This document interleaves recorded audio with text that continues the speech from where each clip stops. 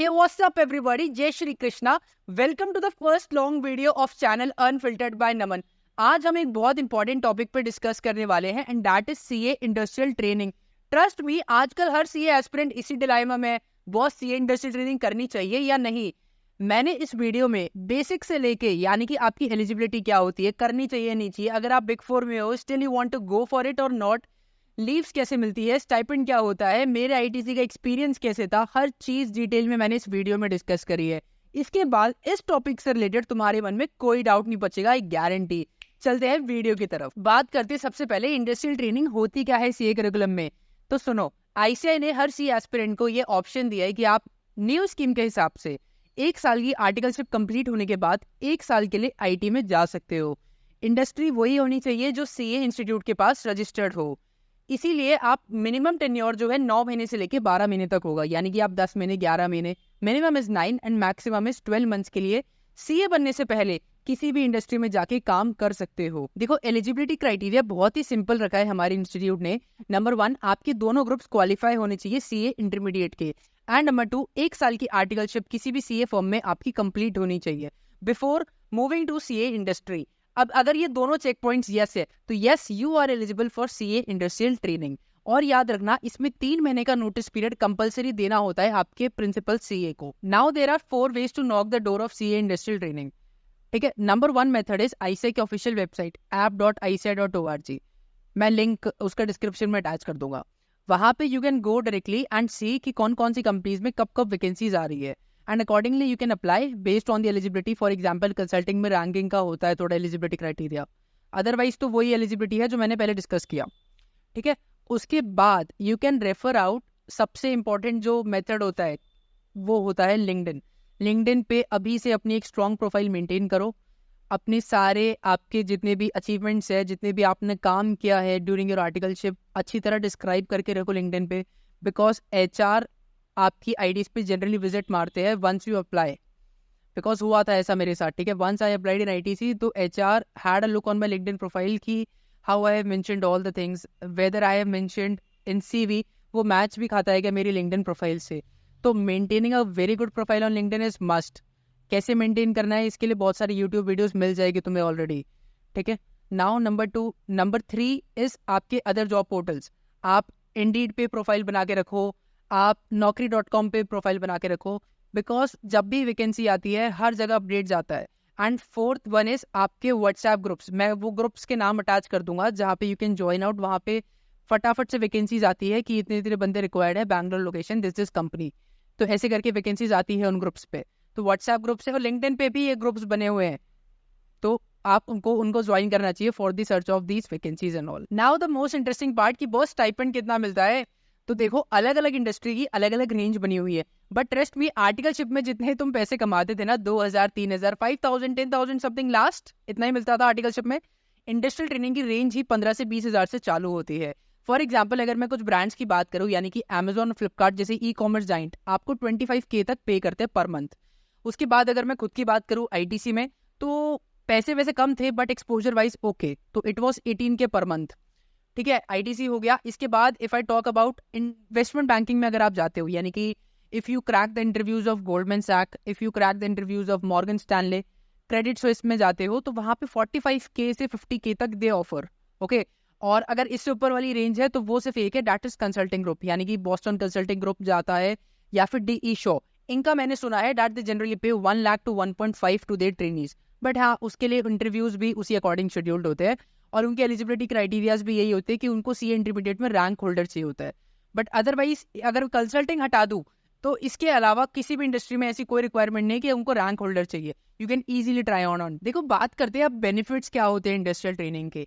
Number 1, आपके CV में एक ब्रांड वैल्यू अटैच होती है. फॉर एग्जाम्पल, आप you are doing articleship from a mediocre firm and now you are mentioning कि you have went for an year in this and this industry, because सारी ही नामी industries है. आप Amazon चले जाओ, फ्लिपकार्ट चले जाओ, आईटीसी चले जाओ, कहीं भी चले जाओ यार, आपके सीवी में ब्रांड वैल्यू तो ऐड होगी ही होगी जब आप इंटरव्यूज क्लियर करोगे आगे. एंड नंबर 2, स्टाइपेंड तो लुक्रेटिव है ही, तो उसमें तो कोई डाउट है नहीं, वो तो कंपैरिजन भी नहीं है आर्टिकलशिप में और जो इंडस्ट्रियल ट्रेनिंग में मिल रहा है उसका. तो नंबर 3, आपको एक कॉर्पोरेट वर्क एक्सपीरियंस मिलता है before you become a chartered accountant, and that is the most important part.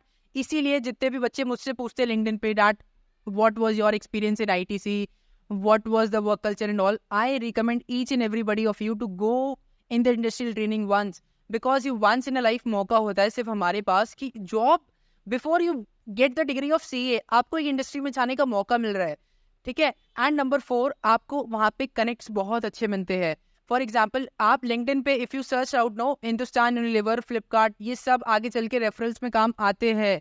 I have seen so many candidates who went for industrial training in Unilever, who went for industrial training in Morgan Stanley. Especially investment banking में तो होता ही होता है कि अगर आपका जो work behaviour है, अगर आपने अच्छा डिलीवर किया वहाँ जाके, तो आपको रेफरेंस तो मिलता ही मिलता है। तो आपका रेफरेंस भी सॉलिड हो गया, आपका CV में भी अच्छा इम्पैक्ट आया, आपकी कम्युनिकेशन स्किल्स, बिकॉज वहाँ पे कॉर्पोरेट लैंग्वेज चलता है, कॉर्पोरेट कल्चर चलता है, उस अकॉर्डिंग आप एक पॉलिश्ड होते हो। एंड स्पेशली अगर तुम एक मीडियाकॉर फर्म से हो तो yes, I would suggest go, it is a must go है गाइस। वेट, सब कुछ इतना अच्छा जा रहा है तो सभी कर लेंगे ना इंडस्ट्रियल ट्रेनिंग? नहीं, इसकी थोड़ी डाउन साइड भी है। देखो, number 1 down side what I feel is थोड़ा वर्क लाइफ बैलेंस थोड़ा हिल जाता है। But then I will compare it with my CA firm, तो वहाँ कौन सा वर्क लाइफ बैलेंस मिल रहा था? तो एटलीस्ट वहाँ एक्सपोजर तो मिल रहा है, वर्क लाइफ बैलेंस तो दोनों जगह ही नहीं है। तो एक चीज़ तो मैंने ऐसे सॉर्ट करी, ठीक है। तो तुम भी देखो कि अगर यहाँ नहीं मिल रहा तो मतलब वहाँ भी नहीं मिलेगा, ऐसे मान के चलना, ठीक है। तो बन जाता है काम, मतलब not an issue, work life balance is not an issue, क्योंकि 5 डेज इन वर्किंग ही होता है यार ऑलमोस्ट सारी इंडस्ट्री में। और CA फर्म का मैंने देखा है वहाँ तो 6 डेज भी चलता है, ठीक है। दूसरा, आपका स्टडीज़ का थोड़ा ध्यान रखना, because once you take a decision of going to industry for industrial training, you must ensure कि आपके 6 में से जो 6 सब्जेक्ट है CA फाइनल के, उसमें से कम 2 तो करके जाना, ठीक है। Because I will tell you, IBS हटा दो, ऑडिट हटा दो CA फाइनल में से, बिकॉज ये आप लास्ट के 6 महीने में पिक कर सकते हो। उसके अलावा DT, IDT, FR, AFM during your industrial training है, आप DT, IDT पिक करना, बिकॉज अमेंडमेंट्स का चक्कर रहता है। FR और AFM एटलीस्ट आई बिलीव कि हर एस्पिरेंट को ये 2 सब्जेक्ट तो कंप्लीट करके ही जाने चाहिए। Because one more reason why I am telling you this, because interviews FR और AFM पे ही ज्यादा बेस्ड होता है। They are asking you Ind AS 115 पूछा जाता है, इंडेस 116 पूछा जाता है। तो इससे अच्छा है बॉस कि तुम समरी पढ़ के जाओ जस्ट फॉर द इंटरव्यूज, तो इससे बेटर है क्लासेस ही कंप्लीट करके जाओ, ताकि आगे जाके भी तुम पे जो है प्रेशर नहीं पड़ेगा। तो बस ये 2 ही डाउनफॉल होती है इंडस्ट्रियल ट्रेनिंग के, nothing much more than that. अब सबसे इंपॉर्टेंट चीज, बच्चे बोलते हैं कि उनके पास कॉन्फिडेंस ही नहीं है, कम्युनिकेशन ही नहीं है, इंटरव्यूज ही क्रैक नहीं हो रहे हैं उनसे। देखो सुनो, मैं मेरी पर्सनल बात करता हूँ, मैं खुद एक मीडियाकॉर फर्म से था इन जयपुर, ठीक है। And I tell you 1.5 year I was there in that firm. वहाँ पे मैंने सारा काम सीख लिया, स्टार्ट, इंटरनल, जितनी भी ऑडिट्स होती है, कॉन्करेंट वगैरह सब कर ली, बैंक ऑडिट, NBFC सब कर लिया। I have a very nominal exposure in taxation field, ठीक है। But now then I decided to move on to industrial training. अब बात आती है कि मेरा कॉन्फिडेंस तो कभी पॉलिश ही नहीं हो पाया उस फर्म में, बिकॉज वो कॉर्पोरेट कल्चर कभी फील ही नहीं किया। And maximum of you will agree with this में, क्योंकि कभी फील ही नहीं किया तो तुम इंटरव्यूज में कैसे फेस करोगे? तुम्हें कॉन्फिडेंस ही नहीं है। एक छोटा सा हैक देता हूँ इसको क्रैक करने का। See, at my time I use to apply on every vacancy जो भी आती थी। मुझे याद है I have applied on indirect tax in Whirlpool Bangalore. ना मैंने इनडायरेक्ट टैक्स में काम किया, ना मुझे वर्लपूल में जाना था, but I have applied and I have appeared for the interview also, because आपके पास एक चॉइस होती है after interview to join that company और नॉट। सबसे अच्छा तरीका जो है अपना डर खत्म करने का रिगार्डिंग इंटरव्यूज, रिगार्डिंग और कम्युनिकेशन, कॉन्फिडेंस बिल्डअप करने का तरीका यही है बेस्ट, कि आप मल्टीपल इंटरव्यूज अटेंड करो जाके, जूम पे हो, या अगर आपकी इन सिटी ही कुछ इंडस्ट्रियल ट्रेनिंग की जरूरत है, गो। मैं TPS बैंक में भी गया था, मैं HDFC में भी मैंने इंटरव्यू दिया था, ITC वॉज द लास्ट। और ITC जब तक मैंने दिया उससे पहले मैं 8-10 इंटरव्यू दे चुका था, वहीं पे मैं पॉलिश हो चुका था। बिकॉज आई टेल यू, जब मेरा पहला जूम कॉल हुआ था, I think it was with Deutsche bank, जो पहला HR राउंड होता है, उसमें I was unable to answer कि tell me something about yourself. वहां भी मैं अटक गया था। यही हो रहा है सी एस्पिरेंट्स के साथ। बहुत सिंपल सा तरीका है, जितनी भी वैकेंसी आ रही है तुम अप्लाई करो। क्या होगा, ज्यादा से ज्यादा एक जूम मीटिंग होगी, तुम ज्यादा से ज्यादा तुम्हें रिजेक्ट कर देंगे, वो तो वैसे भी कर रहे हैं, समझ रहे हो। बट योर पर्पस इज कि तुम्हें पॉलिश होना है उस एक जूम मीटिंग से। बिकॉज फिर जो तुम्हारी आइडल कंपनी है, जैसे मेरे लिए ITC थी, मेरे लिए JP मॉर्गन थी, मैं वहां के लिए प्रिपेयर कर रहा हूँ। तो बेस्ट तरीका यही है कि मल्टीपल जगह इररिस्पेक्टिव ऑफ डिपार्टमेंट जो भी आए, यू अप्लाई एटलीस्ट। एंड अगर तुम्हें मौका मिलता है तो अटेंड करो जूम कॉल, या फिर फिजिकली जाके देखो इंटरव्यूज कैसे होते हैं। बिकॉज किसी भी चीज का अगर डर निकालना है तो बस यही तरीका होता है to actually get into it. Now let's talk about कि इंटरव्यूज में सबसे ज्यादा पूछे जाने वाले क्वेश्चंस कौन से होते हैं इंडस्ट्रियल ट्रेनिंग में. देखो, number 1, I have made down a complete list, तो एक एक करके हम डिस्कस करते हैं, ठीक है. हाँ, नंबर 1 इज SAP के T codes. If you are mentioning कि तुमने SAP में काम किया है इन योर CV, तो मान के चलना कि SAP पे सवाल बनेगा ही बनेगा. नंबर 1, SAP पे क्या पूछते हैं कि आप सर्टेन T कोड्स होते हैं. फॉर एग्जाम्पल मुझसे पूछा था that how do you extract vendor balance, तो उसके लिए FBL1N होता है. GL के बैलेंस कैसे काउंट होते हैं, तो उसके लिए वी यूज FBL3N. फिर आपसे माइगो क्या होता है, माइरो क्या होता है, जो भी मोस्ट कॉमनली T कोड्स हर ऑर्गेनाइजेशन यूज करती है, तो उस पर क्वेश्चन बनेगा ही बनेगा अगर तुम SAP मेंशन कर रहे हो तुम्हारे CV में, ठीक है. नंबर 2, आपके पास आते हैं रेशियोज. रेशियोज जितने भी आप तुमने CA इंटर में पढ़े थे, interest coverage ratio, current ratio, quick ratio. And when I से रेशियोज, तो ये नहीं कि तुम सिर्फ फॉर्मूला रट के चले गए इंटरव्यू में. नहीं बॉस, वो इन डेप्थ में जाके इवेल्युएट करते हैं. फॉर एग्जाम्पल मुझसे क्वेश्चन पूछा गया था that what do you mean bye interest coverage ratio. अब मैंने फॉर्मूला तो बता दिया, अब वो मुझसे पूछ रहा है इन डेप्थ में बताओ कि हमारी कंपनी का ये है, इंडस्ट्री का ये है, तो ये कम है तो क्या नुकसान है, ये ज्यादा हो गया तो उससे क्या हो सकता है. तो बेसिकली रेशियोज पे केस स्टडी बन जाती है, because company wants to understand कि कैंडिडेट को ये I categorise this ratios part in a basic part यार. मतलब CA इंटरमीडिएट में अगर तुम रेशियोज पढ़ के आ रहे हो तो ऑर्गेनाइजेशन वुड एक्सपेक्ट कि तुम्हें इसका एप्लीकेबिलिटी भी पता है, तो उस पार्ट से भी थोड़ा प्रिपेयर होकर चलना. नंबर 3 इज आपका FR थोड़ा सा सॉलिड होना चाहिए, बिकॉज मैं वीडियो में पहले बोल चुका हूँ कि FR FM तो खत्म करके ही जाना. अगर नहीं हुई है तो एटलीस्ट FR में तुम इंडेस 115 दैट इज रेवेन्यू रिकग्निशन और इंडेस 116 दैट इज लीजेस, ये थोड़ा सा प्रिपेयर करके जाना. बिकॉज 115 में आई हैव सीन मुझसे 5 स्टेप मॉडल पूछा था कि how do we recognise revenue, तो एक एक स्टेप मॉडल बताना पड़ता था. 116 में दे विल आस्क कि आपका लेसर की अकाउंटिंग कैसे होती है. इंडेस 40 कभी कभी पिक कर लेते हैं, वो इन्वेस्टमेंट प्रॉपर्टी है हमारे पास, ये अभी टोटल रेंट आता है, इसको बाइफरकेट कैसे करना है लीज में और इन्वेस्टमेंट प्रॉपर्टी में. तो FR का थोड़ा सा ये वाला पार्ट पॉलिश करके चलना है इंटरव्यूज में. रही बात AFM की, तो वैसे तो अगर तुमने कर ली होगी तो you would be confident enough to answer all this questions from AFM. नहीं करा AFM तो थोड़ा सा IRR क्या होता है, NPV क्या होता है, अगर मर्जर्स एंड एक्विजिशन हो रहा है किसी कंपनी में तो उसका सिनर्जी का क्या इम्पैक्ट होता है, या what do you mean bye synergy. तो ये बेसिक थोड़े टेक्निकल AFM के टर्म्स है, तुम्हें पता होना चाहिए, ठीक है. उसके बाद आपका टैक्सेशन में जो आपसे जनरली पूछा जाता है वो डेप्रिसिएशन की रेट्स होती है. They generally ask you about कि what do you mean by tax audit report, वो जो 41 पॉइंट्स का डिटेल क्वेश्चनर होता है. तो if you have done tax audit in your CA journey और आर्टिकलशिप एक्सपीरियंस, तो वो पिन पॉइंट करते कि तुमने क्या कोई डिस्क्रिपेंसी देखी, क्या किसी पॉइंट का नॉन कंप्लायंस हुआ था क्या. तो ये बेसिकली थोड़ा टेक्निकल पार्ट तुम्हें थोड़ा ध्यान रखना पड़ता है. नाउ कम्स मेजर चीज़ जो होती है वो तुम्हारे CV में से ही उठती है, because I remember her line जो मैंने मेरे CV में मेंशन करी है उस पे ही केस स्टडी बन रही है. I have written in my CV that I have me and my team has detected a fraud of 80 lakh something. वो कुछ हुआ था स्क्रैप से related during my articleship experience.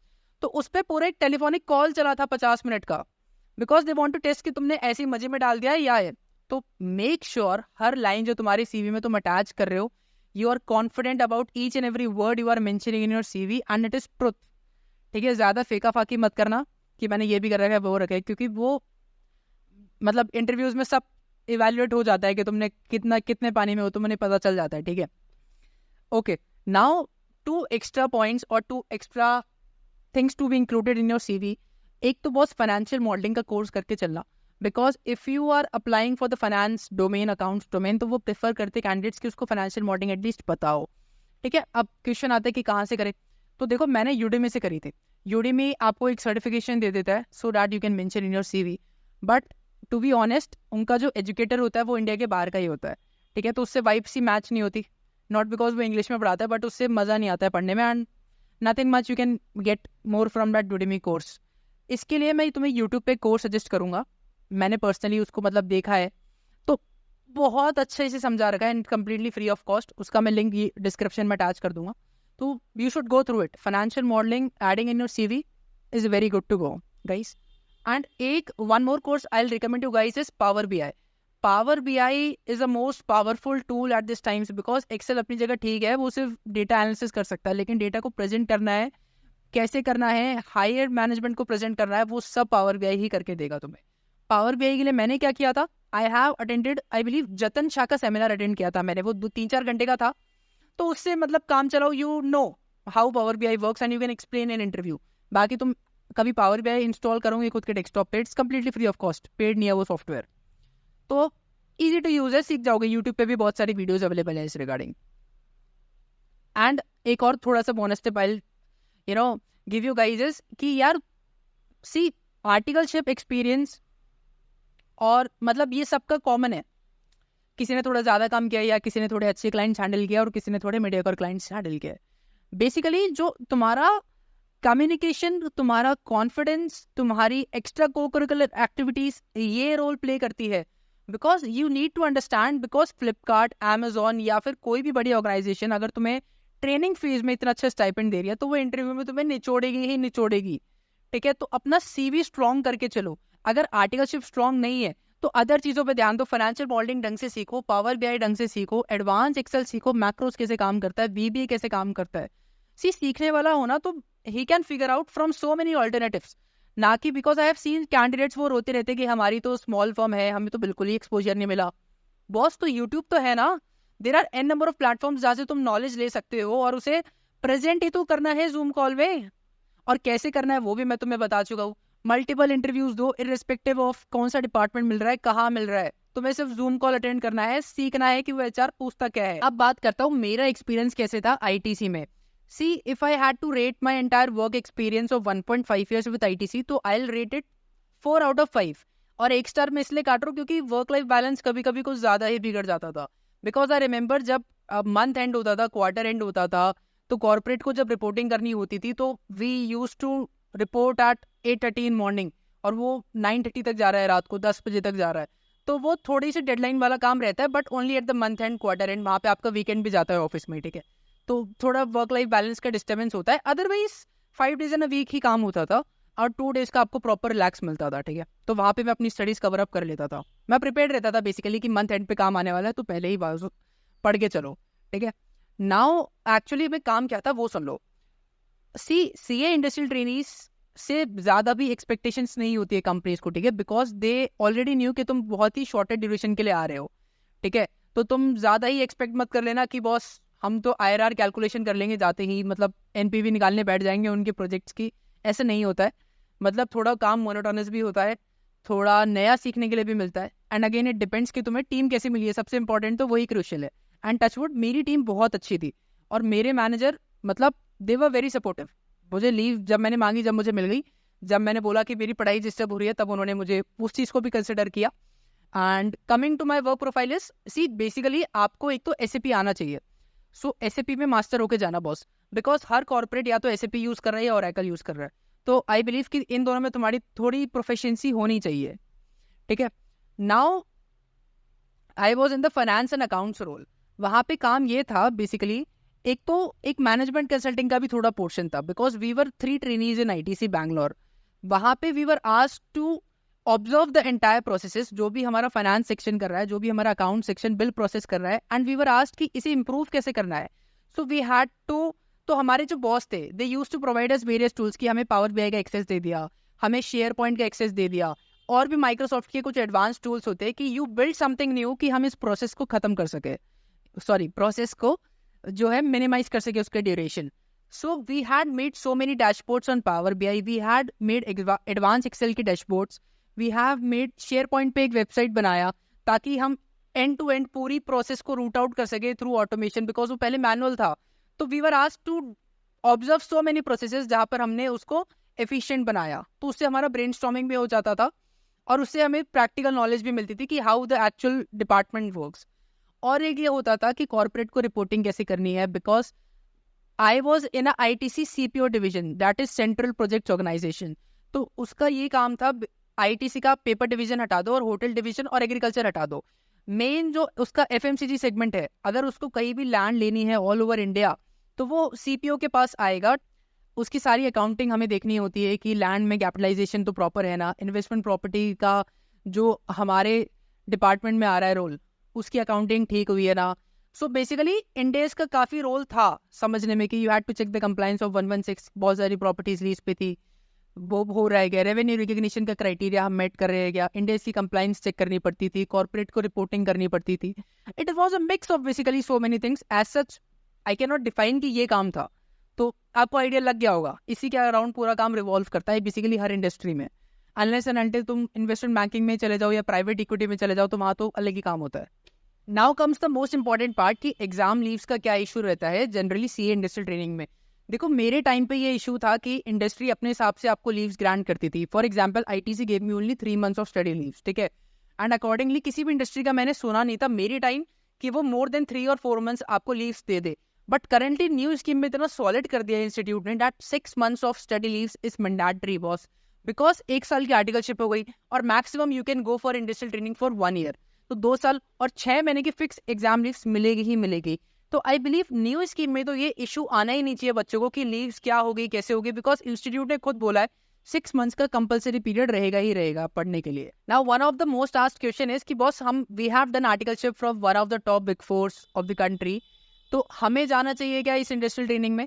C the most clear example और the answer I could give you guys is see industrial training is for those people जिसे degree लेने से पहले वी वांट टू इवैल्यूएट कि हमें नया work exposure चाहिए, नया वर्क कल्चर देखना है, इंडस्ट्री को समझना है before getting into the actual industry after being qualifying. तो आप बिग फोर में काम कर रहे हो, already you had an exposure to the corporate world, you are already getting big clients, ठीक है. एंड सी अगर आपको स्विच मारना है ना तो one of the reason could be कि I have heard from my big four friends की काम थोड़ा मोनोटोनस हो जाता है.